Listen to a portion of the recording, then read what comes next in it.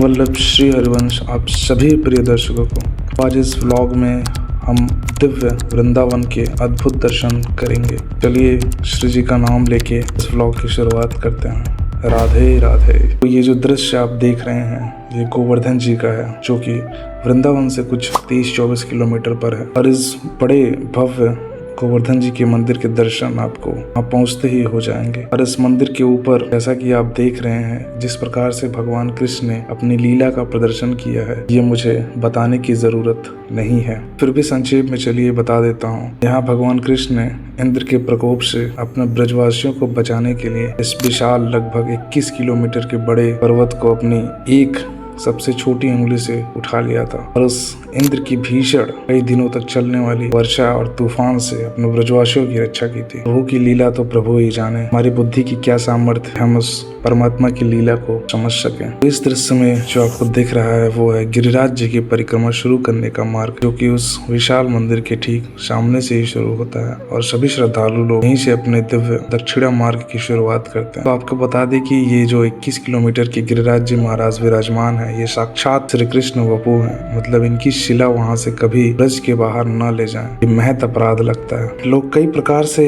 इनकी प्रदक्षिणा लगाते हैं। जैसे एक होती है पैदल परिक्रमा, जिसमें आपको नंगे पांव सिर्फ चलकर परिक्रमा लगानी पड़ती है, और एक होती है दंडवती परिक्रमा, जिसमें आपको पूरा लेटकर जमीन पर मत्था टेकते हुए परिक्रमा लगानी होती है। इस परिक्रमा मार्ग में परिक्रमा लगाने से पहले कुछ नियम है जो कि आप सभी प्रिय श्रद्धालु लोग को पता होना चाहिए। जैसा कि परम पूज्य महाराज जी ने एक बार अपने सत्संग में इसकी चर्चा की थी। हमारी परिक्रमा में दाहिनी तरफ पूज्य गिरिराज जी हैं, तो कुछ नियम है जैसे दाहिनी तरफ कोई लोग शंका ना करे, थूके नहीं, कुल्ला आदि ना करे, वो सब आप बाईं तरफ कर सकते हैं। पूरे दक्षिणा मार्ग में मौन रहे या नाम जप करें, फिर संकीर्तन नाम संकीर्तन करते हुए चले। बीच में कोई भी प्रपंच आदि की बात ना करें, कोई नशा आदि कदापि ना करें। भोजन आराम आदि सब आप दाहिनी तरफ कर सकते हैं। और इस परिक्रमा मार्ग की एक सबसे अद्भुत महिमा अगर आपको बताएं तो वो ये है कि अगर एक बार भी आपने पूज्य गिरिराज जी महाराज की परिक्रमा कर ली तो वो जीवात्मा कभी भी 84 लाख योनियों में नहीं जाता। एक बार अगर आप वृंदावन की परिक्रमा गिरिराज जी की परिक्रमा कर ली तो यहाँ साक्षात प्रभु विराजमान है। ये अलौकिक चिदानंदमय श्री धाम वृंदावन, तो आप हमेशा के लिए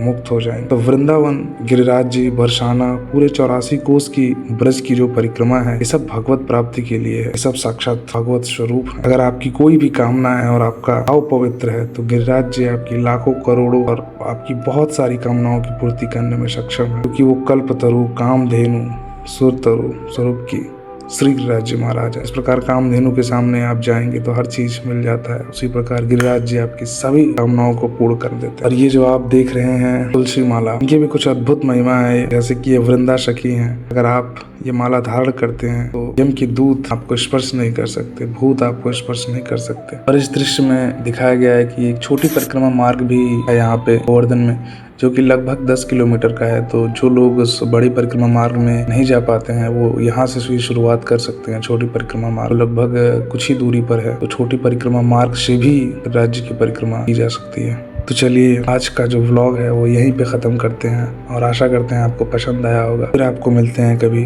किसी दूसरे व्लॉग में, तब तक के लिए राधे राधे।